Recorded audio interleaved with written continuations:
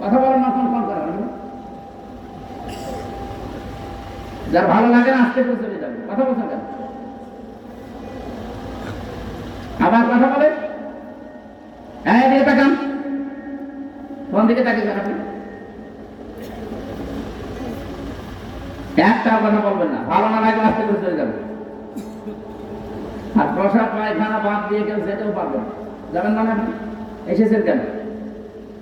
আর খুব বেশি যদি হয় বিড়ি খাওয়া করবেন, আমাদের বিড়ির নেশা আছে, তখন ওরা খবর দিয়ে কি করবে? বিড়ি খেতে মনে চাইলে খেলে চলে যাবে। আসবেন তো? বলো ঠিক, ঠিক আছে। তার মানে এলাকায় চলে। ভাই মোজাটা ড্রাইভারের কাছে নিয়ে আসেন তো, ভাই এসে লাগবে। আর এটা কার? এটা এটা কার? এখানে ছিল একদম আমাদের মাথার তা পাই দিয়েছেন কোনটা? বিবেক কি মরে গেছে না? যা ড্রাইভারের বলে মোজাটা নিয়ে আসেন যদি পারে, না পারলে বসে। মানে জেলখানায় 3টা বছরে শরীরে বিভিন্ন রোগ হয়ে গেছে, ভেতরে মানে খোলা পড়ে আছে, আমার শরীর আর সাপোর্ট করছে, জোর করে এভাবে হয় না। ডায়াবেটিস অনেক বেশি, এই জন্যে আমিও পারি না, আপনারা ছাড়েন না। আল্লাহ আকবার, ওই রকম হয়ে গেছে। কোথায় সেই কি বলে সন্দ্বীপ থেকে দিনের বেলা ছিল ব্রাহ্মণবাড়ি কসবা, ওখান থেকে এখানে। আর রাস্তাঘাটে যে অবস্থা, আমার মনে হয় ওদেরকে যদি পেতাম আমি আজকে জবাই করতাম। এমপি হয়েছে, জবাই করে যায় ভালো ছিল, কারণ এমনি জাহান নামে যাবে। যারা এই যে রাস্তাঘাট তৈরি না করে বলে যে আমরা মানবতার সেবায় কাজ করি, কি সেবা করেছেন আপনি? এইটার যে মানবতার সেবা বা কি আছে? একটা মসজিদ বানিয়ে দিলে খুব বেশি হলে না 2000 লোক নামাজ পড়ে, কথা বলছেন এখানে। আর একটা রাস্তা বানিয়ে দিলে 2 লক্ষ মানুষ হাঁটাচলা করবে। 100টা মসজিদ বানানোর চাইতে একটা রাস্তা বানানো আল্লাহর কাছে অনেক ভালো। শয়তানরা এই কাজগুলো করে না। এই জন্য রাস্তায় আমার মাত্র এই যে 60-70 কিলো পথ এখান থেকে কসবা, অথচ 4 ঘন্টা 10 মিনিটের উপর সময় লেগেছে একটু সময় আসতে। এত খারাপ রাস্তা। সেই ফজরের নামাজ যখন পড়ি, যখন থেকে বের হয়ে এই গাড়িতে, শুধু মাঝখানে যে 1.5 ঘন্টা কথা বলেছি ওখানে, আর এই যে সারা রাত সারাদিন চলছে আমাদের এই গাড়ির উপর। এই জন্য শরীরও কবার বসে না, এখন মনে হচ্ছে একটু শুলেই ঘুম আসে না, শরীরের ভেতরে তো কিছু নেই। এরপরে যদি কেউ জ্বালানি ভাবে, আপনারা ঝামেলা করলে আমি তো কথা বলে যাবো। গুরুত্বপূর্ণ একটা বিষয় আজকে, এটা রজব মাস চলছে। রজব মাসে কিছু করণীয় আছে, কিছু বর্জনীয় আছে। এইগুলো আপনাকে কোরআন থেকে জানা লাগবে, হাদিস থেকে জানা লাগবে। আজকে এই জন্যই এসেছেন নাকি? নাকি অন্য উদ্দেশ্য আছে আমাদের? রাসূলুল্লাহকে আল্লাহ যে পথ দিয়েছিলেন ওটা কি অস্থায়ী না স্থায়ী? কেমন স্থায়ী? আজ আছে, কাল 2 দিন পরে রাস্তার মতো হয়ে যাবে কিয়ামত পর্যন্ত। রব্বুল আলামিন বলেন 17 বার কমপক্ষে মানুষ আমার কাছে এই কথা বলে, ইহদিনাস সিরাতাল মুস্তাকিম। হে আল্লাহ, তুমি আমাকে সরল সঠিক স্থায়ী পথ দেখাও। মুস্তাকিম মানে যেটা দাঁড়িয়ে থাকে। ইস্তেকামাত পয়দা করা মানে কি?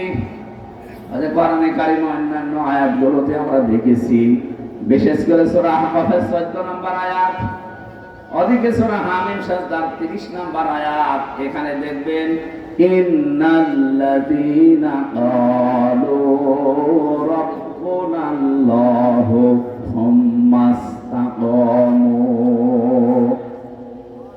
নিশ্চয় যারা কথা বলে আমাদের রব আল্লাহ, আর এরপর টিকে থাকে।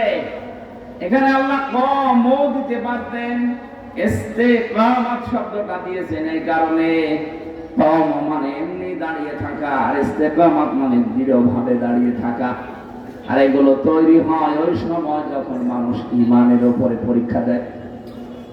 আমরা বাস্তবে বহু মানুষকে দেখেছি এই দেশে যারা সত্যি ঈমানের উপরে পরীক্ষা দিয়েছে। এই মানুষগুলো জুলুম, অত্যাচার, স্টিম রোলার চলেছে, এরপরও তারা টিকে ছিল। শহীদ মীর কাশেম আলীর কথা শুনেছেন না? আমি তো নিজে কারারক্ষের কাছে শুনেছিলাম। এই লোকটা 3 ঘন্টা পরে ফাঁসি হবে, অথচ তিনি বললেন যে আমি 2 ঘন্টা ঘুমালাম, 1 ঘন্টা আগে তুমি আমার ডেকে দিও। কারারক্ষে কুতুবউদ্দিনের বাড়ি রাজবাড়ি, মাঝে মাঝে আমার বলতো, হামজা ভাই এই লোকটা ঘুম আসলো কি করে? বললাম আপনি বুঝবেন না, আমি বুঝেছি ঘুম কেন এসেছিল। যারা এই কথা বলতে পারবে যে আমাদের রব আল্লাহ, আর এর উপরে টিকে থাকতে পারবে দৃঢ়ভাবে, সুদৃঢ়ভাবে টিকে থাকতে পারবে, তাতানাজ্জালু আলাইহিমুল মালাইকা। তাতানাজ্জাল এটা মজারে, বর্তমান ভবিষ্যৎ, প্রেজেন্ট ফিউচার। মালাকুন 1 বছর, মালাইকা বহু বছর।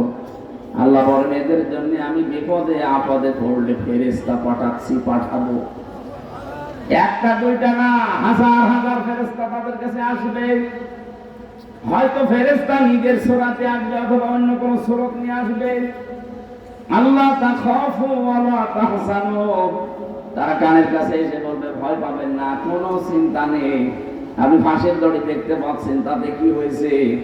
আপনার ছেলে ব্যারিস্টার আরমান গুম হয়ে আছে, তাতে কি হয়েছে? আপনার স্ত্রী এখনো পর্যন্ত অসুস্থ, তাতে কি হয়েছে? কোনো চিন্তা নেই, সবগুলোর দায়িত্ব আল্লাহ নিয়ে নিয়েছে। এ কথা না বললে জীবন এই লোকটার 2 ঘন্টা ঘুম আসা সম্ভব না। আমি এই 3 বছর তো দেখেছি, ওনারা 8-10 বছর, 10 বছর, 12 বছর হয়তো ফাঁসির কন্ডেম ছেলে ছিল। আমিও তো 3 বছর একাধারে ছিলাম। যোগাযোগ বিচ্ছিন্ন হয়ে থাকা যে কত কঠিন আমি নিজে টের পেয়েছি। জেলখানায় সবচেয়ে বেশি চলে ঘুমের বড়ি। তা ওনারা ছিল, আমরা ছিলাম প্রায় এই এশিয়া মহাদেশের ভেতরে সবচেয়ে ভয়ঙ্কর জেল ওইটা কাশিমপুরে হাই সিকিউরিটি জেল যেটা বলে। ওখানে কোনো মায়া দয়া নেই। কোরআনে সূরা তাহরিমের ভেতরে পড়েছিলাম, ওয়া আমরুনা মা তাফআলুন। ওই মানুষ, ওই ফেরেশতাগুলো বোবা একদিকে, কালা একদিকে, অন্ধ আর একদিকে, শুধু মুগুর হাতে দিয়েছে, ওরা পিটাতেই থাকবে। আপনি বললেও কিছু শুনবে না, ওরা তো চোখেও দেখে না, কথাও বলতে পারে না। এইরকম ফেরেশতার হাতে মুগুর দিয়ে বলবে, আল্লাহ বলবে পিটা, পিটাতেই থাকবে। আল্লাহ যা আদেশ করেছে ওইটা ছাড়াও কিচ্ছু জানে না। আমরা মনে হয় এই 3টা বছর এইটাই দেখেছি, ও হাসিনা যা আদেশ করেছে ও তা ছাড়া কিছু জানে না।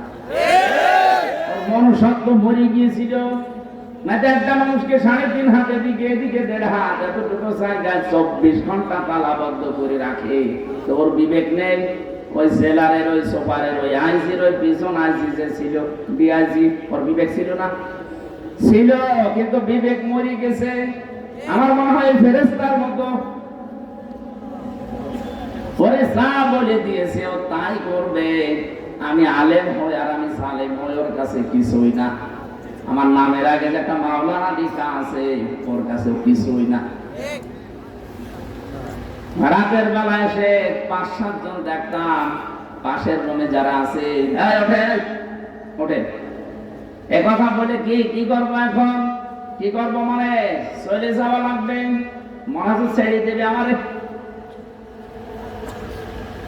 চোখ বেঁধে দেবে কালো কাপড় দিয়ে, হাত পেছনে হ্যান্ডকাপ দিয়ে বেঁধে দেয়, পায়ে ডান্ডা বেড়ি লাগিয়ে চলতে থাকে সারা রাত। কোথায় কোথায় ঘোরায় আল্লাহ জানে। হঠাৎ রাত 3টা বাজে, 4টা বাজে, চোখ খুলে দেবে, হাতের বেড়ি খুলে দেবে, পায়ের ডান্ডা বেড়ি খুলে দেবে। কোথায়? আমি গাজীপুর জঙ্গলে। এখানে কি বলে, তোর ছেড়ে দিলাম, যা। যে আপনি দৌড় দেবেন, পেছন থেকে গুলি করে বলবে সকালে যে ক্রস ফায়ার। ক্রস ফায়ার নাটক এইভাবে চলবে।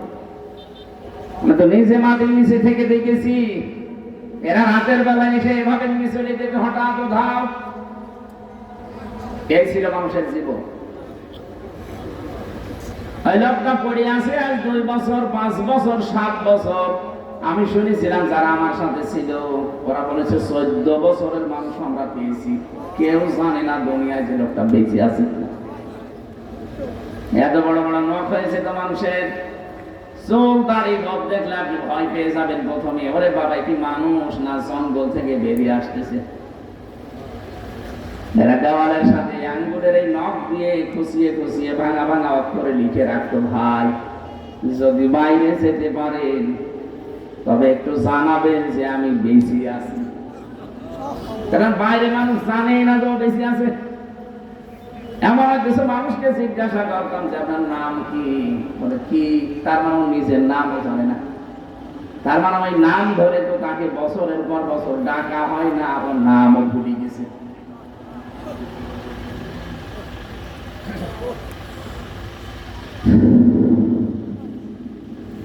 কত মানুষের যে এই শব্দটা ওই ক্ষমতার সাথে লেগে আছে, আপনি জানেন। জালেমকে এমনি পালিয়েছে, ওর বংশটা এখন পালানো বংশ। আপনি দেখেছেন ওনার বোনের মেয়ে কেউলির সিদ্দিকী পদত্যাগ করেছে মন্ত্রিত্ব থেকে। ওনার মেয়ে যেটা পুতুল, ওইটা এখন অবস্থা নড়বড়ে। কত মানুষকে নাকি অবৈধভাবে নিয়োগ দিয়ে সেখান থেকে টাকা পয়সা খেয়েছে, বলেন সুবহানাল্লাহ। সব ওরা ত্যাগী বংশ, দেশ ত্যাগ করেছে দুই বোন মিলে। ছেলের বউ ছেলেকে ছেড়ে ত্যাগ করে চলে গেছে, মেয়ের জামাই মেয়েকে ত্যাগ করে চলে গেছে। এই যে এটাও তো পদত্যাগ করা লাগলো বোনের মেয়েকে। নিজের মেয়েকেও যদি কয়েকদিন পরে পদত্যাগ করা লাগবে, যা করেছে এখন যা আসতেছে এটাও লাগবে। ওটা তো ওরা আমাদের মতো দুর্নীতিগ্রস্ত না, ওরা একেবারে চোর পরিমাণ কিছু পেলে তার খবর করে ফেলে। আর আপনি বিশ্ব স্বাস্থ্য সংস্থার দায়িত্ব নিয়ে বিভিন্ন জায়গা থেকে মাল কামিয়েছে, আগে কি সুন্দর মাল কামাই এই করেছেন যারা, তাদের কিন্তু সমস্যার সামনে আসতেছে। আমার ভাইরা, এটা কত মানুষের আর তো নাচ জড়িয়ে আছে। তাহাজ্জুদের সময় দেখেছি মাঝে মাঝে রাত 3:30 4টার সময় যখন আমরা উঠতাম, মাওলানা মামুনুল হক আর আমি এক জায়গায় ছিলাম, হঠাৎ ওযু করার জন্য উঠে 2 তলা 3 তলা 4 তলা 5 তলা থেকে আওয়াজ আসতো, আহ কে গো? ওই যে বিডিআর, আজ 14 বছর পড়ে আছে বিডিআর, কিচ্ছু জানে না।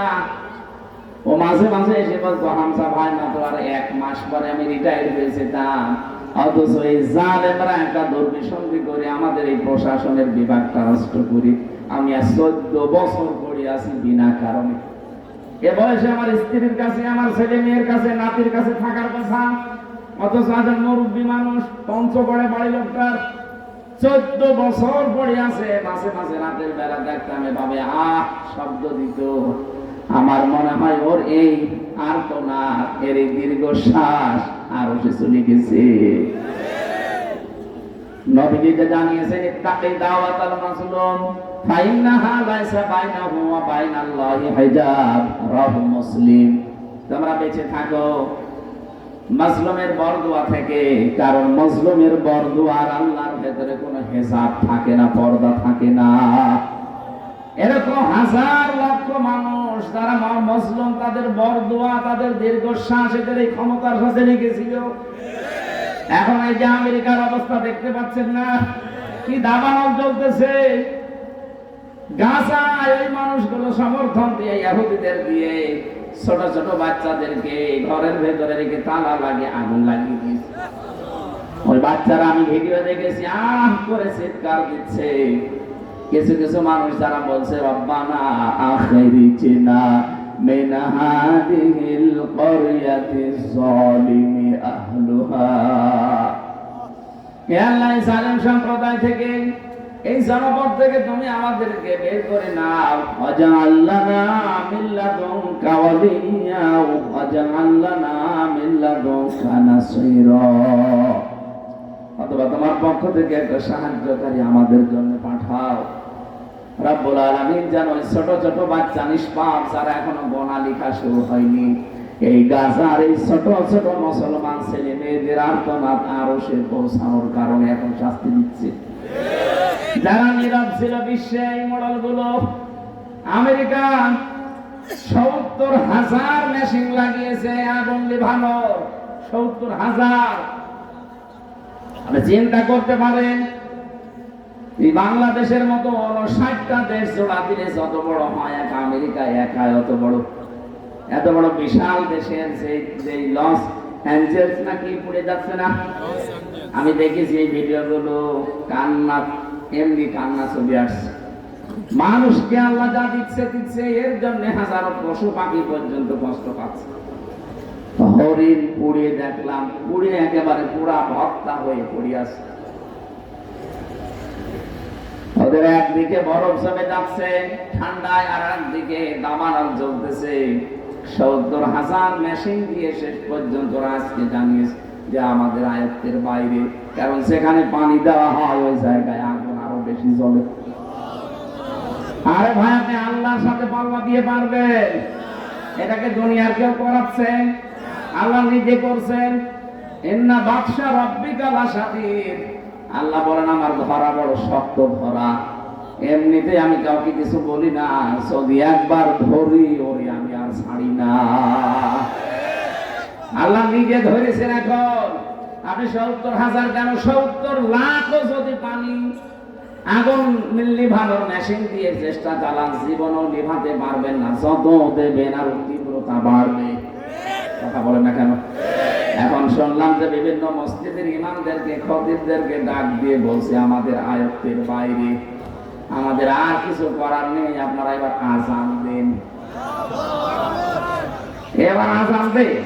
আযান দেওয়া মানুষগুলোকে ধরে ধরে আগুন দিয়ে পুড়িয়ে দিয়েছ, এখন ঠেলাটের পাল।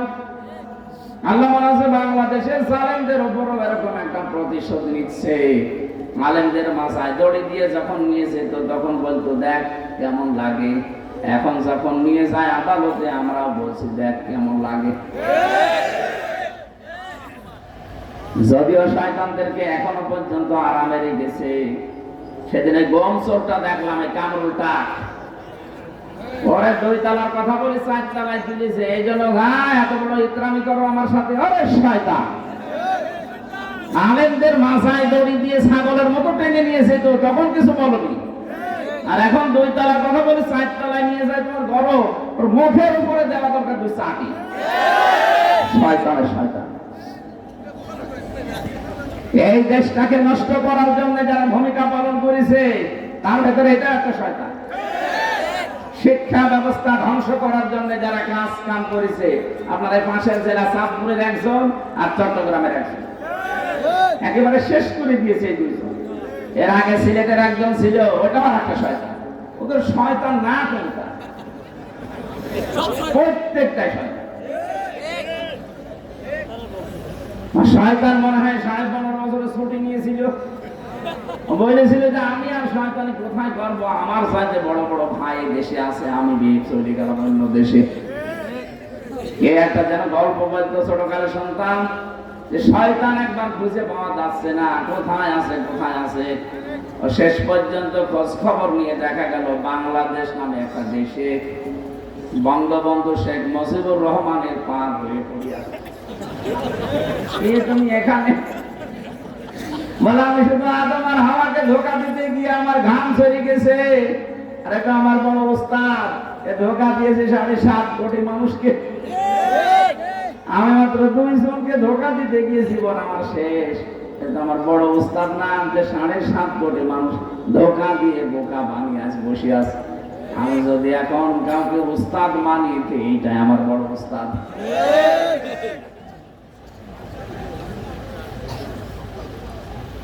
আল্লাহর সাথে পাল্লা দিয়ে পারা যাবে না, এজন্য আমাদেরকে নত স্বীকার করা লাগবে। বিশ্ব নবীকে আল্লাহ যে পথ দিয়েছিলেন, এটা অস্থায়ী পথ না, ওটা স্থায়ী পথ। আমরা আল্লাহর কাছে 17 বার প্রতিদিন চাই, আল্লাহ তুমি আমাদেরকে ইহদিনাস সিরাতাল মুস্তাকিম, আমাকে সরল এবং সঠিক পথ দেখাও। রব্বুল আলামিন বলেন, আগের কথা শোনার পরে যত মনে হচ্ছে সরল সঠিক পথে তুই আছিস, তুই তো হেদায়েতের উপরে আছিস বলে মনে হয়, কারণ তুই প্রশংসা করলি আমি আল্লাহর। আলহামদুলিল্লাহি রাব্বিল আলামিন আর রহমানির রহিম মালিক ইয়াউমিদ্দিন। এই কথাগুলো সব প্রশংসা না? এক কথা বোঝেন? এতগুলো প্রশংসা করার ধরন দেখে আমার মনে হচ্ছে তুই তো ভালো পথে আছিস, আবার সরল সোজা পথ কোনটা? আপনি যেন নিজের থেকেই বললেন, আল্লাহ ইয়্যাকা না'বুদু ওয়া ইয়্যাকা নাস্তাঈন। হে আল্লাহ, তোমার কাছে আমি সরল সোজা পথ চাই, আমি কিন্তু যে সে না, আমি তোমার বান্দা। আমি তোমার কি? আমি তোমার বান্দা, আমি স্বীকৃতি দিলাম। আজ অনেক মানুষ দেখি আল্লাহর বান্দার পরিবর্তে বিভিন্ন পীর সাহেবের গোলামের কথা পরিচয় দেয়, গোলাম ও পীরের গোলাম। এটা জায়েজ নেই। যারা বলেন হয়তো না বুঝে বলেন, আপনি এখনই তওবা করেন। এই পৃথিবীতে আমরা কারো বান্দা না, আমরা রাসূলুল্লাহর বান্দাও না। বান্দা কার? শব্দটা কত দামি জানেন? বান্দা, আব্দুল। এটা আল্লাহ নিজে আমাদের নবীকে নাম ধরে দিয়েছেন। ওয়াইন কুনতুম ফি রাইবিন মিম্মা নাযালনা আলা আবদিনা। এই যে আব্দুল শব্দটা এত আদরের, এত ভালোবাসার, আমরা ওই শব্দটাই নামাজে বারবার আল্লাহকে শোনাই। ইয়্যাকা না'বুদু, হে আল্লাহ তুমি আমাকে চিনতে পারোনি, আমি তোমার দাস, তোমার গোলাম, বান্দা। আমি তোমারই ইবাদত করি। ওয়া ইয়্যাকা নাস্তাঈন, তোমার কাছে সাহায্য চাই।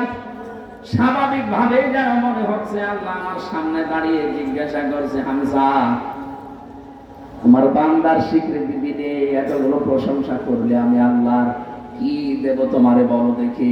তখন আমরা সরল সোজা এবং স্থায়ী মুস্তাকিমের পথ চেয়েছি। বলেন বলেন, এটা চাইলেই শেষ হয়ে গেছে। আল্লাহ যেন প্রশ্নবোধক চিহ্ন দিচ্ছে। সিরাতে মুস্তাকিম কি এটা? আল্লাহ যেন আমাকে জিজ্ঞাসা করছে কি এটা। এখন আমি নিজের থেকে বলছি, আল্লাহ সিরাতাল্লাযীনা আন'আমতা আলাইহিম। আল্লাহ সিরাতে মুস্তাকিম তো ওইটা, ওদের পথ আমি চাচ্ছি, যেই পথে তুমি পুরস্কার দিয়েছো, যে পথের মানুষদেরকে তুমি এনাম দিয়েছো, পুরস্কৃত করেছো, ওদের পথ আমি চাই। আল্লাহ পাক বলছেন কারা তারা? আপনি নিজে পরিচয় দিয়েছেন, গায়রিল মাগদুবি আলাইহিম ওয়ালাদ-দাল্লিন। তাদের পথে তুমি চালাবে না যারা মাগদুব এবং দাল্লিন, যারা অভিশপ্ত এবং পথভ্রষ্ট। এখানে দুইটা জাতির নাম আমরা জানি। এই ছেলে, জরুরি কাজ না থাকলে যাবেন না, একটু বসেন। এখানে দুইটা জাতির নাম আমরা সকলে জানি, যে একটা ইহুদি আর একটা খ্রিস্টান। আপনি তাম দুনিয়ায় এখন 257টা রাষ্ট্র আছে। মানবতার শত্রু, ইসলামের শত্রু হিসাবে আপনি দুইটা জাতিকেই দেখবেন বেশি ভূমিকা পালন করছে। আপনি গাজার দিকে তাকিয়ে দেখবেন, এখানে ধ্বংস করার পেছনে দায়ী হচ্ছে ইহুদিরা, আর ওদেরকে সাহায্য করেছে খ্রিস্টানরা। কথা বলেন না কেন? বাকি মুসলিম বিশ্বে, বিশেষ করে আমাদের প্রতিবেশী, এখানে মুসলমান নিধনের পেছনে ভূমিকা পালন করেছে মুশরিকরা, আর এদেরকে সাহায্য করেছে উগ্রপন্থী কিছু হিন্দুরা। গুজরাটে মুসলমান হত্যা, কাশ্মীরে মুসলমান হত্যা, সর্বোপরি আল্লাহর ঘর ওরা ভেঙে দিয়েছে। এখনো পর্যন্ত আল্লাহর ঘর ওরা ভাঙতেছে। গতকালকে একটা ভেঙেছে। আমাদের প্রতিবেশী, এই কারণে আমরা সতর্ক করছি, যেহেতু আমাদের হাতে আপনাদের যাতে ক্ষমতা কম, এই জন্য সতর্ক করছি। প্রতিবেশী পাল্টানো যায় না, প্রতিবেশীর চরিত্র পাল্টাতে হয়। এই জন্য আশা করবো আপনাদের পূর্বপুরুষেরা আল্লাহর ঘর কাবা ধ্বংস করতে এসে তারা কাসফিন মাকুল হয়ে গেছে। কথা বলেন না কেন? আপনারা যা করছেন, আপনাদেরকে আল্লাহ কাসফিন মাকুল বানিয়ে দেবে। এই জন্য আপনারা থামে, হয়তো বুঝে হোক না বুঝে হোক, আবেগে এক শয়তানের পামে আপনারা এটা করছেন। এক শয়তান হাওয়া দেয় আর আপনারা এটা করেন। একটা নির্ভেজাল টাটকা শয়তান ওই মোদিটা। কত মুসলমানের রক্ত ওর হাতে লেগে আছে আপনি জানেন, আর আপনি আর জায়গা পেলেন না যাওয়ার, ওর কাছে গিয়েছেন। তাম দুনিয়ার 257টা রাষ্ট্র, এই ময়লার বস্তা কেউ নেয়নি, মোদি নিয়েছে। এটা ময়লার বস্তা না? বলেন তো, ওই মহিলারা কেউ কাজের লোক রাখবে? না, আমার তো সম্ভব না। ও সাঁতারের কাছে লোক রেখে পারবো কি আমি? অথচ তাকান, তাম দুনিয়ার নিকৃষ্ট মানুষের তালিকা খুঁজবেন, আপনি 6 জন মানুষের নাম পাবেন। তাম পৃথিবীতে 6 জন মানুষের নাম আছে নিকৃষ্ট, যারা গণহত্যাকারী। তার ভেতরে হিটলার আছে, চেঙ্গিস খান আছে, ওই যে যেটার নাম বললাম ওইটা আছে, আর যেটা পালিয়েছে এর নামও আছে। এরা এখন বয়ফ্রেন্ড, এরপর আর একটা কি আছে জানো? গার্লফ্রেন্ড। এ পর্যন্ত যেন থাকে, আর নিচে নামবেন না, কারণ নিচে নামা আপনাদের জন্য আর জায়েজ নেই, কারণ দাদা তো আর মুসলমান না। ও দাদা এখন মুসলমানই দিতে গেলে যে পাকা মোটা সওয়াল কি দেবে? হাজাম কোথায় পাবেন আপনি? একটা হাজামকে নিয়ে যে দেবেন, ও তো চোখ খুলে কাটতে পারবে না, চোখ বন্ধ করে কাটা লাগবে, শেষে আঁকা কাটতে সে পুরাকে জবাব দিয়ে দেবে, ও বিয়ের শান মিটে যাবে দাদা। এই জন্য যাই গেছেন থাকেন, কিন্তু নিচে নামবেন না। কথা বলছে না কেন? নাইতে শেষ বয়সে একটা কিছু হয়ে গেলে তখন পরিচয় দেবো কি? পরিচয় দেওয়া সম্ভব ওই সময়? আমার কোরআন মানবে?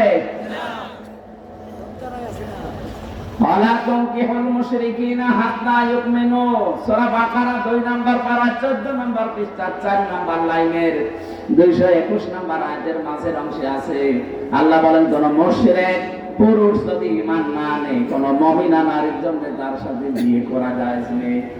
আমি এই জন্যই বকবক করছি, এমনি করতাম না। এই জন্য গেছেন ভালো, সাবধানে থাকবেন, কারণ ওদের তো চরিত্র ঠিক নেই। তখন আবার কি করে ফেলে, শেষে দেখা যাচ্ছে বুড়ো বয়সে নাতি আমরা কি করবো।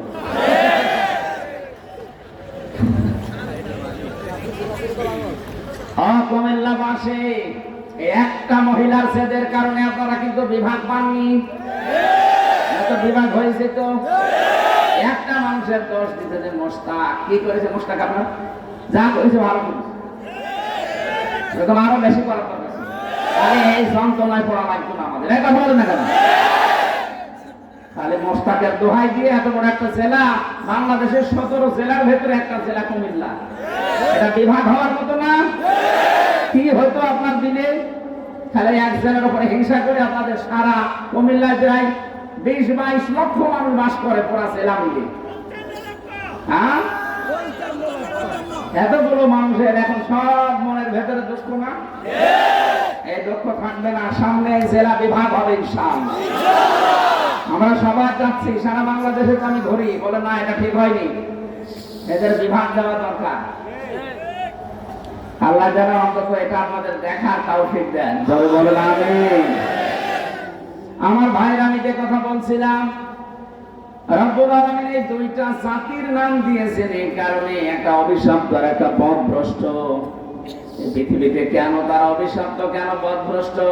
আমি প্রায় 5টা কারণ পেয়েছি তাফসীরে। এইদিকে তাকান, এটা আমাদের সাথে মিলবে। 1 নম্বরে, এই মানুষগুলো কিন্তু জানতো যে আমাদের নবী মুহাম্মদুর রাসূলুল্লাহ শেষ নবী এবং সর্বশ্রেষ্ঠ নবী, কারণ ওদের তাওরাতে, ওদের ইনজিলে কয়েকশো বার লেখা ছিল এটা। তাওরাত কিতাবে, ইনজিল কিতাবে আমাদের নবীর নাম পরতে পরতে তার প্রশংসা লেখা ছিল। আমাদের কোরআন পড়তে গেলে আমরা যে অক্ষরগুলো দিয়ে পড়ি, আমার আল্লাহ প্রতিটি অক্ষরে আমাদের নবীর সম্মান আর পরিচয় তুলে ধরেছেন।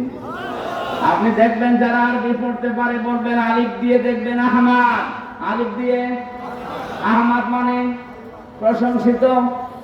বা দিয়ে আল্লাহ বলেন আমার নবী বাশীর, সুসংবাদদাতা। তা দিয়ে আমার নবী মুত্তাকি, তিনি পরহেজগার। সা দিয়ে আমার নবী মুদ্দাসসির, তিনি কম্বলওয়ালা। জিম দিয়ে আমার নবী জামিল, তিনি সুন্দর। হা দিয়ে আমার নবী হাবিব, তিনি অন্তরঙ্গ বন্ধু। খ দিয়ে আমার নবীর পরিচয় আল্লাহ দিয়েছেন খাতামান নাবিয়্যিন, আমার নবী শেষ নবী। আপনি একটা একটা করে যখন যেতে থাকবেন দেখেন সর্বশেষ অক্ষরে আল্লাহ ডাক দিয়েছেন ইয়াসিন, হে নেতা। সুবহানাল্লাহ বলতে পারেন? ও ওদের কিতাবে এভাবে প্রত্যেকটি পরতে পরতে সাজানো ছিল নবী মুহাম্মদ রাসূলুল্লাহর পরিচয়, উনি একজন শেষ নবী আসবে, উনি সর্বশ্রেষ্ঠ নবী। আমিনা তার মায়ের নাম, আব্দুল্লাহ তার বাবার নাম, দাদার নাম পর্যন্ত লেখা ছিল। ওরা যে সত্যকে সত্য জানার পরও মানত না, একদিকে হিংসা করে আর একদিকে অহংকার করে।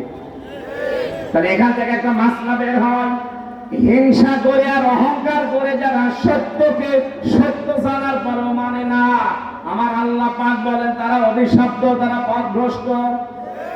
এই বাংলাদেশের সাথে একটা মিলান তো, আর যারা সত্যকে সত্য জানার পরও মানতে চান না, হয় হিংসা করে অহংকার করে। বলেন এই যে কিশোরগঞ্জের এক পাগলা বের হয়েছে, ফজু পাগলা, ফজলুর রহমান, একটা পাগল। আগে ছিল ছাত্রলীগের সভাপতি, খরচ পাল্টি এখন চলে এসেছে আর এক দলে। ফজু ফজু পাগলা এখন পুরাটাই পাগল হয়ে গেছে। ও দেখতে পাচ্ছে সত্য, কিন্তু এই মহাসত্যকে জানার পর অস্বীকার করছে। এই দেশে যারা ইসলাম মানে এরা সব মিলে মাত্র 10 ভাগ, আর আমরা যারা আছি ইসলামের বাইরে তারা 90 ভাগ। আরে ভাই, এটা আগস্টের 5 তারিখের আগে নেই কি? আপনি আগস্টের 5 তারিখের আগে জরিপ দেখেন, এই দেশে মাত্র 100 জনের 15 জন মানুষ চাইতো এই দেশে কোরআনের বিধান কায়েম হোক।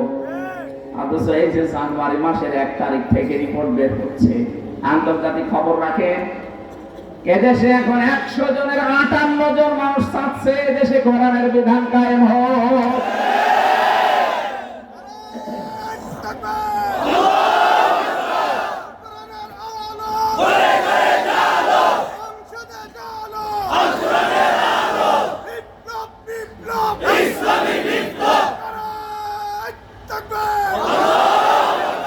এই ফজুর মতো আরো কিছু মানুষ দেশে পাগল হয়ে গেছে। এই যে হারুন একটা, হারুনের বউ পাপিয়া একটা, আমি নাম ধরেই বলছি কারণ এরা পুরাটা এখন মাথা উলিয়ে গেছে। এরা সত্যকে সত্য জানার পর অস্বীকার করছে। ওরা বলে ভোট হলে ইসলামপন্থী মানুষ মাত্র 10 ভাগ ভোট পাবে। আরে ভাই, আপনি ভোটে 15.5 বছর হয়েছে, আপনি আন্দাজি রিপোর্ট বলেন কি করে? বিশ্বের রিপোর্ট গুলো এখন খুলে দেখেন, এই যে মাইক্রোসফট, ভয়েস অফ আমেরিকা, সবগুলো খ্রিস্টানরা চালায়, একটাও তো মুসলমান চালায় না। তারা এখন রিপোর্ট দিচ্ছে বাংলাদেশ দেখে, এই দেশে যেভাবে মানুষের উত্থান হচ্ছে ইসলামে, আগামীতে তৃতীয় শক্তি হিসাবে ইসলাম ক্ষমতায় যাবে।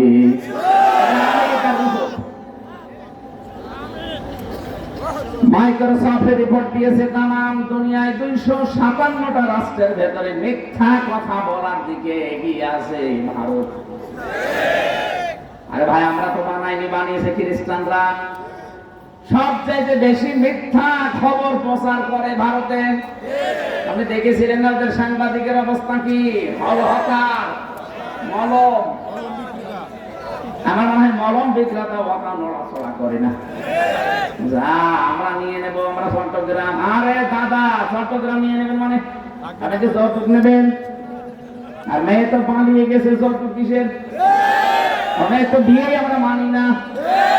আর আমাদের যে ধর্ম, ধর্মে যৌতুক দেওয়াও জায়েজ নেই, নেওয়াও জায়েজ নেই। যদিও এখানে কিছু আছে যৌতুক খায়। কারা কারা যৌতুক নিয়েছেন হাত তোলেন তো। আলহামদুলিল্লাহ, এই ছেলেটা ভালো আছে। আলহামদুলিল্লাহ বললাম এই কারণে, আমার তো ছেলে নেই, মেয়ে আছে, আমারও যৌতুক দেওয়া লাগবে না।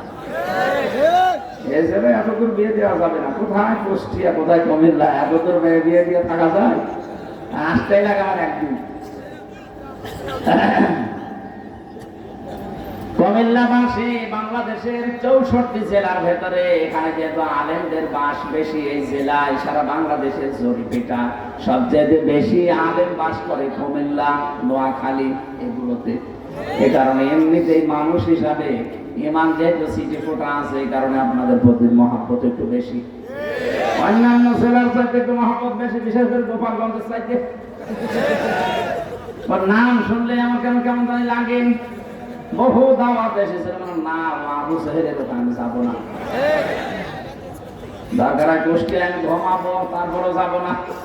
কোথায় কুষ্টিয়া, কোথায় কুমিল্লা, এরপরও আমার চলে আসা লাগে শুধু ইমানের দিক থেকে টান আছে। এই কারণে আমি এখানে কথা বলেও শান্তি পাই, আর গোপালগঞ্জে শান্তি তো দূরের কথা, আমি সেই কয়বার গেছি চলে পুড়ে পড়েছি, আমার গাড়ি পর্যন্ত শয়তানা ভেঙে দিয়েছে। এই জন্য অবস্থার পরিবর্তন না হলেও সেলাই না যাবো না। এখনো দাওয়াত নেই নিয়ে বছরে বলেছে আগে হোক, আল্লাহর ওলি যদি মরে যায় তারপর।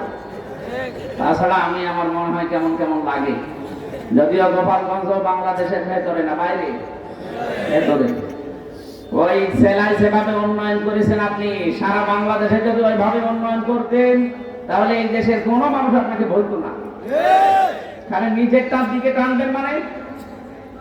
আমিরে জামাত ডাক্তার শফিকুর রহমান হাফিজাহুল্লাহ কয়েকদিন আগে তিনি খুলনায় গিয়েছিলেন। উনি বলেছে যে গোপালগঞ্জে বিভিন্ন বিশ্ববিদ্যালয় হয়েছে, অনেক প্রতিষ্ঠান হয়েছে, আমরা এতে নারাজ না, ভালো, ওটা বাংলাদেশের ভেতরে। কিন্তু এরকম প্রত্যেকটা জেলায় তো অন্তত কম বেশি হওয়ার দরকার ছিল। ওদের রাস্তাতে গেছে, আর এই যে রাস্তা ডেলিভারি রোড, আমার মনে হয় যে সমস্ত মেয়েদের পেটে বাচ্চা এখান থেকে ওই সেই কুমিল্লা নিয়ে যাওয়া লাগবে না। এই রাস্তায় শুধু 2-3 কিলোমিটার ড্রাইভারকে বলবেন 200 টাকা বেশি দেবো, তুই জোরে চল, ও রাস্তায় শেষ। এই কথা বলে না কেন? ডেলিভারি রোড বানিয়ে ফেলেছে, রাস্তায় হয়েছে একবার। তাহলে এখান থেকে আমি আজকে শিক্ষা দিতে চাইলাম, এই যারা সত্যকে সত্য জানার পরে অস্বীকার করছেন, এই পশু পাগলার মতো, আপনাকে কিন্তু ইহুদি আর খ্রিস্টানদের সাথে তুলনা দিয়েছেন আল্লাহ। আপনি সত্যের পথ পাবেন না। এই জন্য যারা এরকম বিভ্রান্তিতে আছেন তারা থামবেন। আর আমি জানি যারা একেবারে শেষ পর্যায়ে পৌঁছিয়ে যায়, ওদের হেদায়েত দেওয়ার মতো আল্লাহ খালি রাখে না। ইন্নামা নুমলি লাহুম লিয়াজদাদু ইসমা ওয়া লাহুম আযাবুম মুহিন। মানুষের পাপ যখন পরিপূর্ণ হয়ে যায়, ওই মানুষগুলোর মুখ দিয়ে তখন অনর্গল আল্লাহ মিথ্যা কথা দেন। এই জন্য মিথ্যা কথা খুব বেশি বলছে কয়েকজন। আপনি দেখবেন, এই কথা বলছে না কেন? আপনি দেখবেন সেই কয়টা ইসলামের বিরুদ্ধে, একামতে দ্বীনের বিরুদ্ধে কথা বলছে, ওদের একটারও পেছন ঠিক নেই, সবগুলো বাম থেকে আসা। বলে যে কোরআনের সাথে রাজনীতির কোনো সম্পর্ক নেই। আরে শয়তান, 918 জায়গায় কোরআনে কারিমে আছে ডাইরেক্ট ইনডাইরেক্ট মিলে যে কোরআন দিয়ে রাজনীতি করা লাগবে। আমি এর আগে 903 জায়গা পর্যন্ত পেয়েছিলাম, আজকে সারা দিনের ভেতরে 3 থেকে আরো 15 জায়গা, কত হয়? 918 জায়গায় আমি পেয়েছি। আরো যারা বড় বড় গবেষক তারা আরো বেশি পাবে। যেটা 903 জায়গায় আছে, এটা যদি কেউ অস্বীকার করে, ওর ঈমান থাকার কথা। নামাজের কথা আছে মাত্র 82 জায়গায়। কয় জায়গায়? জাকাতের কথা আছে মাত্র 82 জায়গায়। হজের কথা আছে মাত্র 1 জায়গায়। রমজানের কথা আছে মাত্র 1 জায়গায়। এটা অস্বীকার করলে যদি আপনার ঈমান না থাকে, যেখানে 918 জায়গায় আছে আপনি অস্বীকার করেন কোন কারণে? নিজে পড়তে পারেন না, এটা আপনার ব্যর্থতা। কথা বলেন না কেন? যারা এই বাংলাদেশে কোরআন দিয়ে রাজনীতি করেন না, আপনি কান খাড়া করে সাফ কথা শোনেন, আপনি মরে গেলে কোনো বিচার হবে না, কোনো হিসাবও হবে না, বিনা বিচারে বিনা হিসাবে আপনি দাঁড়ান। এটা আমি বানালাম। সূরা হুদ 12 নম্বর পারা, 12 নম্বর পৃষ্ঠা, প্রথম নম্বর লাইনে 98 নম্বর আয়াতে আছে, ইয়াকুদুমু কওমাহু ইয়াউমাল কিয়ামাতি ফাওরাদাহুমুন নার ওয়া বিইসাল বিরদুল মাওরুদ। আল্লাহ পাকের আয়াতের সামারাইজ এইটা, যদিও ফেরাউন সম্পর্কে নাযিল হওয়া। আমি যতগুলো তাফসীর দেখেছি বিশ্ববিদ্যালয়ে থাকাকালীন, প্রায় 42টার সাথে এটা মিলিয়েছি আমি। 42টা তাফসীর পাশাপাশি রেখে মিলিয়ে সামারাইজ এইটা, যেই দলের নেতা জাহান্নামে যাবে, ওই দলের যত অনুসারী কর্মী ওর সাথে জাহান্নামে যাবে। আপনি আয়াতটা মিথ্যা বলতে পারবেন?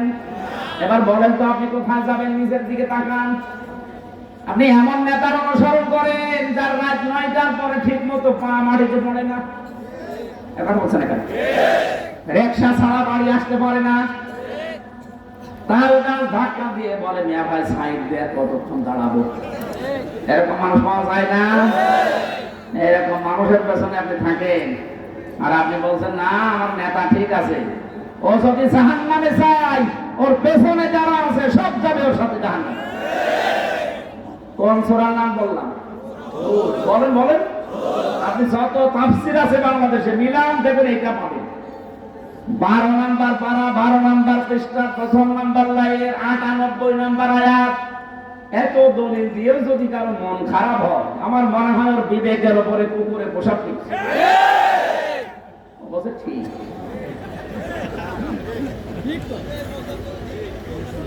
হ্যাঁ, বলেন তো এই আয়াতের মূল শিক্ষা আমরা কি পেলাম? যারা সত্যকে সত্য জানার পরে অস্বীকার করে, মানতে চায় না, হিংসা করে হোক আর অহংকার করে হোক, এরা একদিকে মাদক আর একদিকে দললিন, পথভ্রষ্ট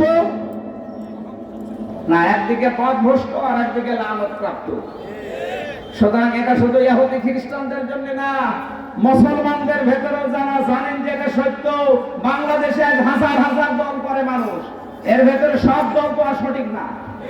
কথা বলেন না কেন? নবীজি বলেছেন আমার উম্মতের ভেতরে 73টা দল হবে। বনি ইসরাইলে ছিল 72 দল, আমার উম্মতে হবে 73 দল। এর ভেতরে 72 দল যাবে জাহান্নামে, একটা দল যাবে জান্নাতে। তাহলে এই দেশে যতই দল থাক সব দল তো আর জান্নাতি না। বলেন বলেন। মানা আলাইহি ওয়া আসহাবি, একাই টান আছে।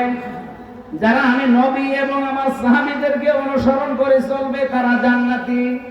এই দেশে এখন তাকান, যারা আল্লাহর নবীকে এবং নবীর সাহাবীদেরকে অনুসরণ করে, অনেকের প্রশ্ন আসতে পারে, যারা বিশাল জুব্বা গায়ে দেয়, পাগড়ি মাথায় দেয়, এরা কে বলেছে আপনাকে?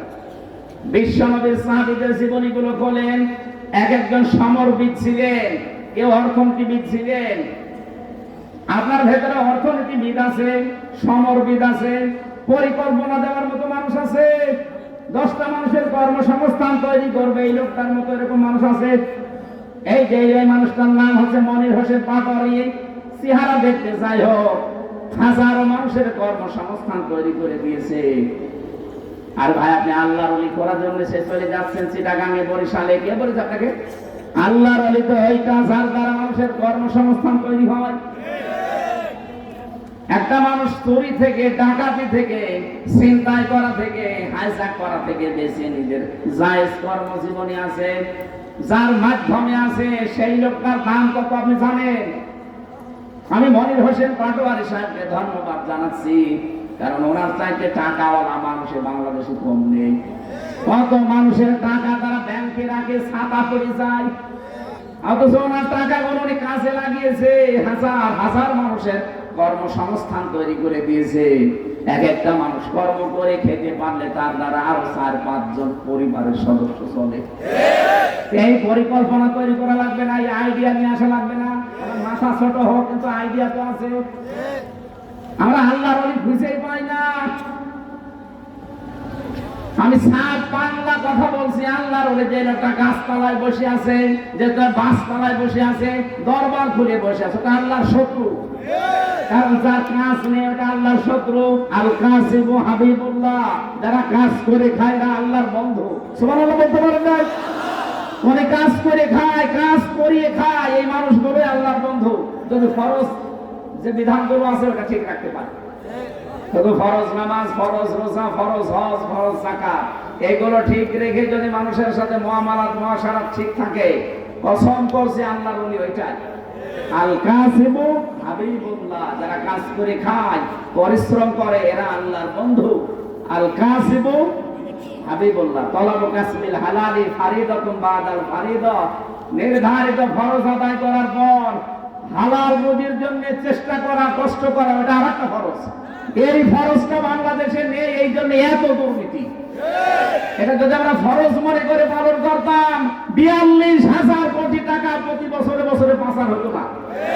এক পদ্মা সেতু বানাতে 32,000 কোটি টাকা খরচ। কেন? যারা বানিয়েছে তাদের সাথে কথা বলেন। যত টাকা আপনি এখান থেকে মারিং কাটিং করেছেন, এরকম ব্রিজ 4টা বানানো যাবে।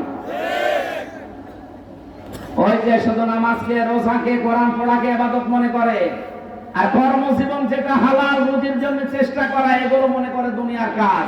এই জন্য দরবেশের মতো মানুষ এত বড় বড় দাড়ি, 36,000 কোটি টাকা চুরি, ওর হাত না, ওর মনে হয় ছোট ঠ্যাঙও কেটে ফেলা দরকার। শয়তান চাকরি দিয়েছে।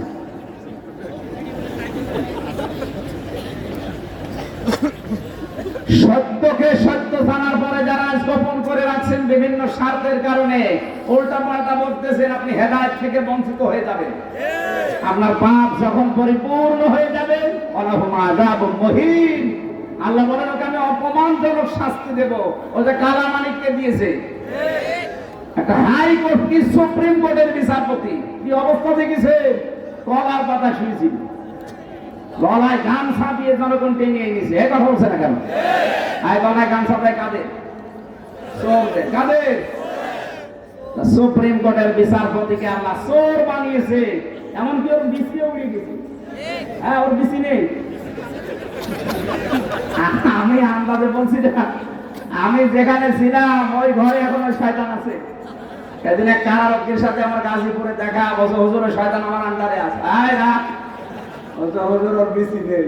ঠিক আছে, ওর বিসি নেই, এটা বাইরে প্রচার করবো, কারণ ওর বউ যেন না থাকে।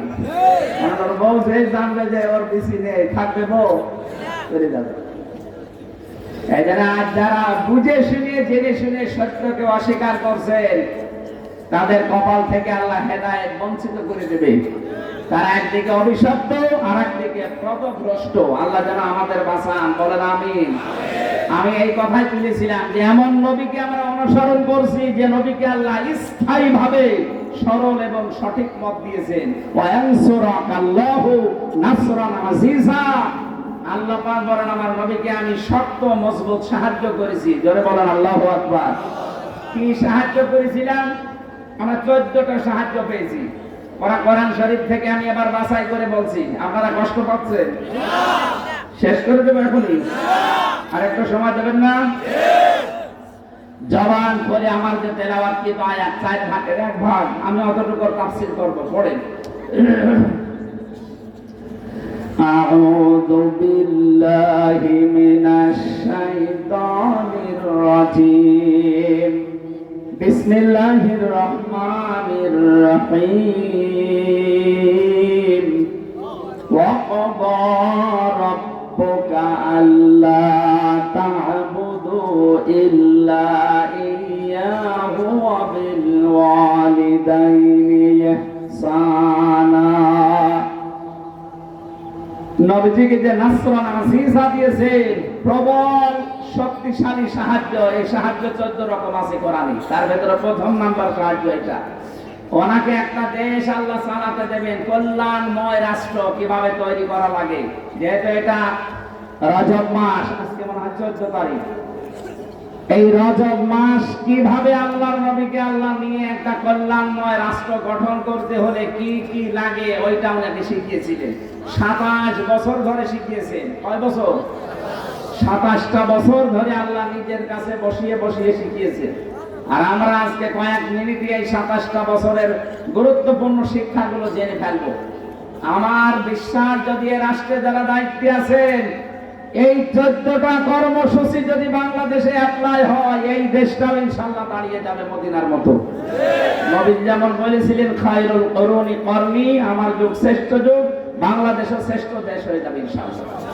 প্রথম নম্বরে নবীজি ওখান থেকে এসে বললেন আমার আল্লাহ আমাকে জানিয়েছেন ক্বাদা রাব্বুকা আল্লা তা'বুদু ইল্লা ইয়্যা, আল্লাহ ছাড়া কারো ইবাদত করা যাবে না। আজ বাংলাদেশে আল্লাহর বাইরে ইবাদত আছে না?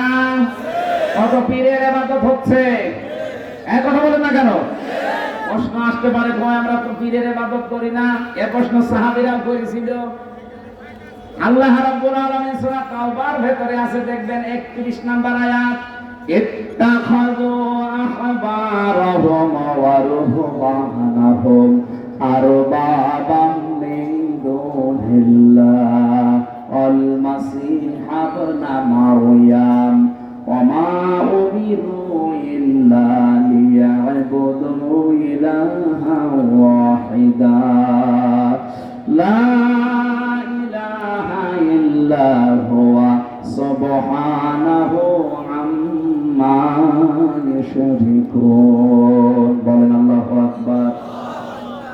নবীজি বললেন যারা তাদের আহবার এবং রহবার এদেরকে যারা রব হিসাবে গ্রহণ করে আল্লাহকে বাদ দিয়ে, এখানে আহবার মানে পীর ফকির যারা দরবেশ পীর সাহেব এদেরকে ধর্মগুরু, রহবান মানে যারা বৈরাগ্য সংসার ত্যাগী তারা।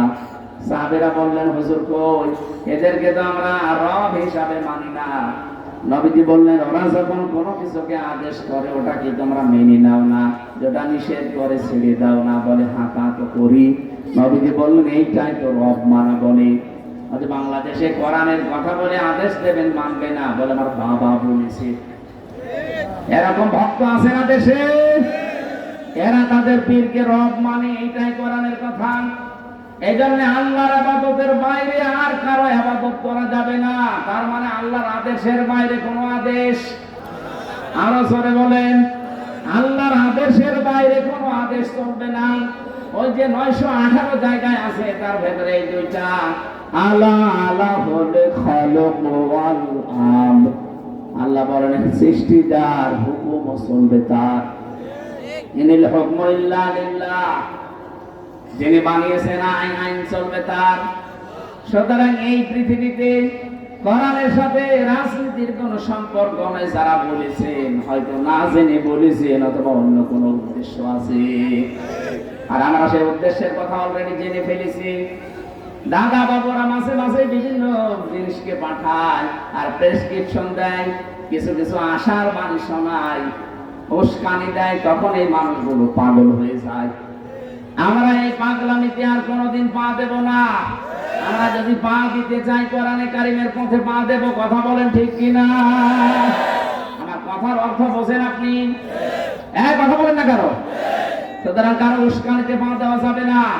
ওখানে বসে বসে উনি চা খায় আর উস্কানি দেয়। এ দেশে অনেকে উস্কানিতে পা দিয়ে বিশৃঙ্খলা তৈরি করে, মাঝে মাঝে বিভিন্ন নাম নিয়ে, কেউ রিক্সা লীগ, কেউ আনসার লীগ, মাঝে মাঝে দেখবেন অন্যান্য ধর্মের লোকদের কেউ দিয়ে উস্কানি দেয়, আর এগুলো উস্কানিতে পা দেয় তারা সারা এই 15.5 বছরে মাল কামিয়েছে। বিশেষ করে গোপালগঞ্জের লোক যেহেতু বেশি, এই জন্য উস্কানিতে পাও দেয় ওরা বেশি। কি হয়েছে দেখেছেন, পেছনে লাল হয়ে গেছে। ওই কয়েকদিন সন্তান গোপালগঞ্জ থেকে ঢাকায় আসলে বসে আনবেন 300 টাকা, দাঁড়িয়ে আসলে 1000 টাকা। কি পিটানো পিটিয়েছিল। এই জন্য আমরা যেন কারো উস্কানিতে পা না দেই। আজ এই দাদারা এসে মাঝে মাঝে অনেককে উস্কানি দিচ্ছে, টিপস দিচ্ছে, তখন আলেমদের বিরুদ্ধে আবার ওই শয়তানের তৈরি করা শব্দগুলো উচ্চারণ করছে। রাজাকার এই শব্দটা যেন সামনে কেউ উচ্চারণ না করে, মৌলবাদ এই শব্দ সামনে যেন কেউ উচ্চারণ না করে, এটা ওই জালেমদের তৈরি করা। এইটা তৈরি করে করেই তো সামনে হাজারো আলেমদেরকে ওরা বিভিন্ন জায়গায় জেল খাটিয়েছে। আমার নামও লাগিয়েছিল। কিসের মৌলবাদ বলেন আপনারা? কিসের জঙ্গির নাটক সাজিয়েছে? এখন যিনি র্যাবের দায়িত্বে আছে তিনি অলরেডি ঘোষণা দিয়েছেন যে জঙ্গি এটা পুরাটা একটা নাটক, এই মনিরুলের তৈরি করা। কোথায় আছে সেই শয়তান আমি জানি না। আমার মনে হয় এরকম মানুষকে আর বাঁচিয়ে রাখা ঠিক না, সবাই করে দেওয়া দরকার। ওরা বহু আবেদের জীবন নষ্ট করেছে জঙ্গির নাটক সাজিয়ে। আমার জীবন থেকে 3টা বছর কেটে নিলে আন্দাজে একটা বেকার একটা মিথ্যা মামলা দিয়ে কিছুদিন আগে আদালত থেকে আমার রায় দিয়েছে যে আমি নির্দোষ, আমার কোনো দোষ পাইনি। তা আমি নির্দোষ মানুষকে যারা 3টা বছর জেল খাটিয়েছে, তাও ফাঁসির কন্টেন্ট ছেলে, আমি চাই তারাও যেন 3 বছর এরকম জেলে থাকে। আর এখন মামলা নাই, আমার কাছে কল দিয়ে বল হুজুর মাফ করে দিয়ে। কিসের মাফ? আগে আমার টাকা ফেরত দেন। কথা বলে না কেন? আমার বাবার কাছে যত টাকা খেয়েছেন আগে টাকাগুলো ফেরত দেবেন। বলে মাফ করে দিয়ে। মাফ নাই, আমার উপর যে কষ্ট হয়েছে আমি মাফ করলাম, আমার বাবা মাফ করবে কি করে, আমার বউ মাফ করবে কি করে? তাদেরকে আপনারা যা করেছেন আগে ওইগুলো ফেরত দিয়ে দেন। এরপরে আমি আকিস গ্রুপে চাকরি করতাম, সেখান থেকেও শয়তানরা 32 লাখ টাকা নিয়েছে। এই জন্য যার কাছে যারা যে অপরাধ করেছেন এই 15.5 বছরে, যদি মাফ পেতে চান তার কাছে যে ক্ষমা চাবেন, আর তার যা ক্ষতি হয়েছে ক্ষতিপূরণ দেবেন। নাই তো শুধু আস্তাগফিরুল্লাহ পড়ে জীবনও আপনার মাফ হবে না। যারা বলে যে আস্তাগফিরুল্লাহ পড়লে মাফ হয়ে যায়, আন্দাজে বলে, কারণ আপনি তো অপরাধ আল্লাহর কাছে করেননি যে আস্তাগফিরুল্লাহ পড়বেন, অপরাধ করেছেন আপনি হামজার কাছে। এক কথা বলেন না কেন? যেন অপরাধ যার কাছে ক্ষমা চাবেন, অপরাধ যার কাছে স্বীকার করবেন। এদেশের মানুষ পুরো উল্টা বলছে, অপরাধ করে এদেশে আর কাবার দেওয়াল ধরে কান্নাকাটি। তোর কাবার দেওয়াল ধরে কান্নাকাটি করা দরকার কি? তুই কি আল্লাহর কাছে অপরাধ করেছিস? অপরাধ করেছিস যার কাছে ক্ষমা চাবি তার কাছে। আর শুধু ক্ষমা চাইলে হবে? আপনি তার ক্ষতিপূরণ দেবেন না? এই যে পিবিআর যে লোকটা মনোজ কুমার, একটা টাটকা নির্ভেজাল শয়তান, এর জন্য প্রায় 20 জনের উপরে আমার পাশে সে থাকতেছে দেখলাম। কেউ ফাঁসির আসামি, কেউ যাবজ্জীবন। ওই নুসরাত হত্যা মামলার যে লোকটা, ওর কারণে মদ যে মসি বলে একজন ছিল, সেও আমার মনে হয় বিনা কারণে জেল খেটেছে, একটু ঝামেলার কারণে। আর ওই শয়তান হাজার হাজার কোটি কোটি টাকা মারিং কাটিং করেছে বিভিন্ন জায়গায়। আর এদের কাছেও টাকা চেয়েছিল, এরা টাকা দিতে চাইনি, এদেরকে ফাঁসিয়ে এখন এই যে জেল খাটাচ্ছে, জীবনটাই নষ্ট করে দিয়েছে। একটা স্বামী যদি ভেতরে থাকে তার পরিবার পুরো নষ্ট হয়ে যায় না? ওই শয়তানের শুনলাম ভিসা বাতিল করে দিয়েছে, ওর পাসপোর্টও জব্দ করেছে। ওকে যেন ছাড়া না হয় এই মনোজ কুমার। এটা একটা নির্ভেজাল টাটকা, একেবারে টাটকা শয়তান। আমি তো শয়তান দেখিনি, ওরে দেখলে মনে হয় শয়তান যদি দেখতাম তো এরকমই হতো। এরকম বহু শয়তান এই দেশে এই জালেমাকে টিকিয়ে রাখার জন্য চেষ্টা চালিয়েছিল। এই ডিআইজি মনিরুল যেটা, এরপরে আমার এই আসাদুজ্জামান কাউন্টার টেররিজমের যেটা প্রধান ছিল, ওটা আমার একটা খালি আলেমদেরকে গায়ে হাত দিত। আল্লামা জুনায়েদ বাবুনগরী রহমতুল্লাহ আলাইহি তার দাড়ি ধরে টান দিয়ে তুলে ফেলেছিল। আলেমদেরকে পা উল্টা দিকে দিয়ে মাথা নিচের দিকে দিয়ে পিটিয়েছে। আমারও হাত পেছনে বেঁধে বা ডান্ডা বেড়ে দিয়েছে পায়ে, মাজার সাথে দড়ি বেঁধে 11 ঘন্টা টাঙিয়ে রেখেছে শয়তান, তাও মাটির নিচে। এরপরে চোখ বেঁধে দিয়েছে কালো কাপড় দিয়ে।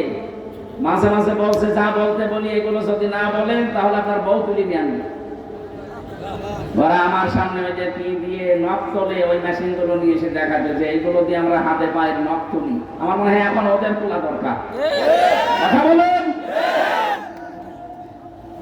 শিবিরের সভাপতি ছিল দেলাওয়ার ভাই, নাম শুনেননি? তার গরম করে তার লজ্জাস্থানে ঢুকিয়েছে। ওরা নিজেরা বলছিল আমার সাথে যে দেলাওয়ারকে আর মাসুদকে আমরা একেবারে ফুটবলের মতো পিটিয়েছি, তার পুরো সংখ্যাই নষ্ট হয়ে গেছে।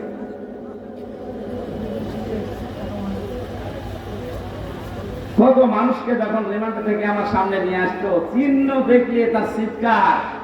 বলেন তো, একটা জীবিত মানুষের নখ যদি এরকম তুলে ফেলে, ফিনকি দিয়ে রক্ত বের হয়। আপনি তুলে দেখেন, একটা মানুষের চোখের এই যে ভরু, এগুলো তুলে ফেলেন, দেখবেন ও কিছুক্ষণ পরে পিটাবেন পায়ের নিচে অন্ধকার দিন। একাধারে আধা ঘন্টা পিটাতে আছে পায়ের নিচে। আপনি আধা ঘন্টা 1 ঘন্টা পরে কিছু দেখতে পাবেন না, কারণ পায়ের রগের সাথে চোখের রগের একটা সম্পর্ক আছে। ওরা তো জানে কোথায় কি মারলে, কোন জায়গায় কি করলে ও আর জীবনে কিছু করতে পারবে না। শফিকুল ইসলাম মাসুদ ভাই ডাক্তার, তার এই হাত পা এই সমস্ত জায়গা ফুটবলের মতো পিটিয়েছে, সবগুলো গুলো গুলো হয়ে গেছে। শুধু খারাপ হাউ আঙ্কেল নাই, হাউ আঙ্কেলের মতো হাজারো হাউ আঙ্কেল আছে। একটাকেও ছাড় দেওয়া ঠিক না, তাহলে সামনে যারা আসবে এরা আরো বেশি জুলুম করবে।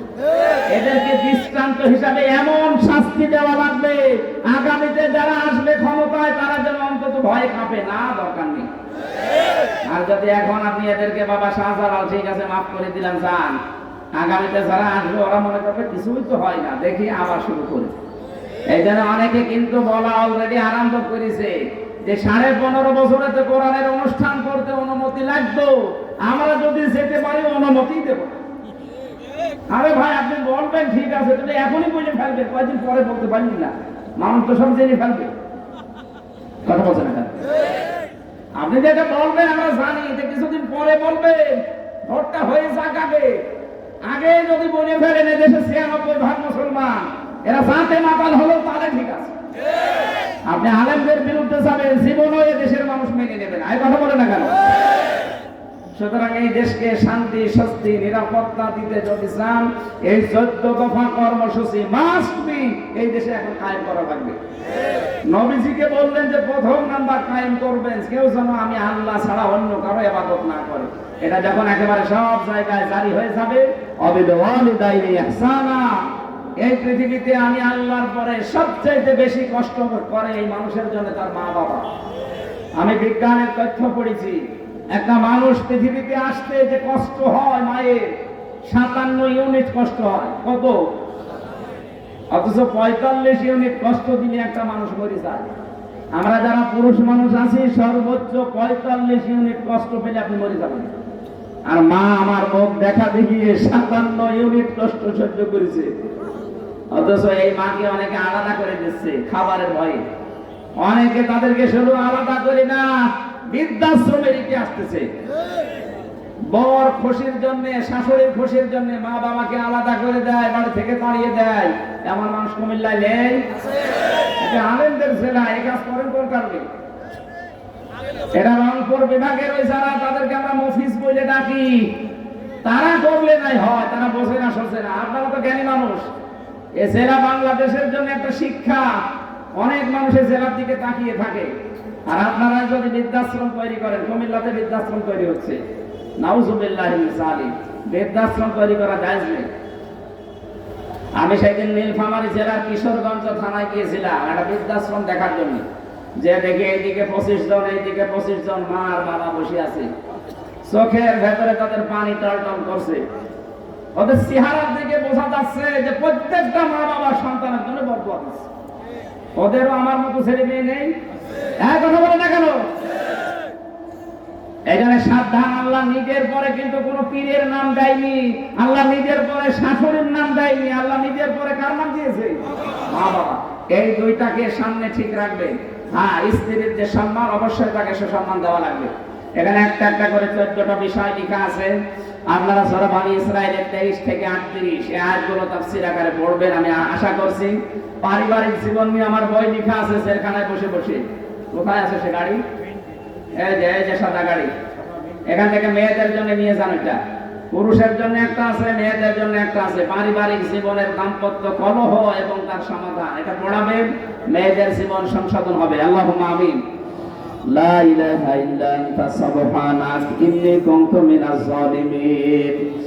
আল্লাহ তাআলা কবরবাসীর উদ্যোগে আজকের এই বিশাল আয়োজন 2 দিন ব্যাপী চলছে। সমাপনী রজনীতে রাত 11:30 বেজে গেছে। গভীর রজনীতে আমরা বসে আছি তোমার দরবারে। রব্বুল আলামিন আমাদেরকে খালি হাতে ফেরত দিও না, কিছু না কিছু আমাদেরকে দাও। বিশেষ করে কবরের মানুষগুলোকে তুমি জান্নাতুল ফেরদাউস দিয়ে দাও। এলাকার মানুষেরা যারা বিশাল আয়োজনে আঞ্জাম দিল, আমার আজকের সভাপতি আল্লাহ জনাব মনির হোসেন,